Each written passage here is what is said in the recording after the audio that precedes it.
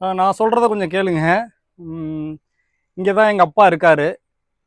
எங்கள் அப்பா இறந்ததற்கு பிறகு எனக்கு ஒரு சிந்தனை பிறந்தது. என்னடா இந்த வாழ்க்கை அப்படியே ஓடிக்கிட்டே இருக்கோம், நம்ம எப்போ தான் வாழுவோம் அப்படின்னு. ஒரு கார்ப்பரேட் நிறுவனங்களில் வேலை பார்க்குறப்ப வாழ்க்கை ஓடிக்கிட்டே இருக்கும். காலையில் எந்திரிச்சதுலேருந்து இரவு தூங்குற வரை டார்கெட் டார்கெட் டார்கெட்ண்டு. அதனால நான் யாரும் வேலைக்கு போக வேணாம்னு நான் சொல்லலை. ஆனால் சாகும் வரை வேலைக்கு போகணும் அப்படின்ற ஒரு திட்டத்தை நம்ம மாற்றி அமைக்கணும். ஒரு 15 வருஷம் வேலைக்கு போனோம், அதற்கு பிறகு வாழ்க்கைன்னா என்ன, வாழணும் அப்படின்னு ஒரு முடிவு எடுத்து தான் நான் வேலையை விட்டேன். வேலையை விட்டு இப்படி வந்து இங்கே வந்து பார்த்தீங்கன்னா பண்ணைக்குட்டை அமைக்கிறது, இயற்கை விவசாயத்துக்குள்ளே இறங்கியிருக்கேன். இது ஒரு மகிழ்ச்சியை தருகிறது. இதுக்குமே ஒரு வித போதை தான் எனக்கு. இப்போ பண்ணைக்குட்டை வெட்டுறோம், அடுத்து மரக்கன்று நடுறோம், அதுக்கு தண்ணி ஊற்றுறோம், அது வளர்றதை பார்க்குறோம். இதுக்கும் ஒரு போதையாக தான் இருக்குது. எனவே எல்லாருக்கும் இயற்கையின் மீது ஒரு போதை வர வேண்டும். ஏன்னா எங்க அப்பா மாதிரி ஒரு நாள் கீழே தான் படுத்திருக்காரு எங்க அப்பா.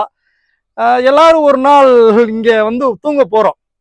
ஆனா அதையெல்லாம் மறந்துட்டு நாம வெறி கொண்டு ஓடுறோம், மனிதர்களை மனிதர்களாக பார்க்காமல், மனிதாபிமானம் இல்லாமல். எனவே எல்லாரும் நினைச்சுக்க வேண்டியது என்னன்னா, எல்லாரும் ஒரு நாள் இந்த மண்ணுக்குள்ள போக போறோம் அப்படின்ற ஒரு எண்ணம் நமக்குள்ள இருந்துகிட்டே இருக்கணும். அப்படி இருந்ததுன்னா நாம முழுமையான மனிதனாக வாழலாம். நன்றி. அனைவருக்கும் பகிருங்கள். அனைவரையும் மனிதர்களாக மாற்றுவோம்.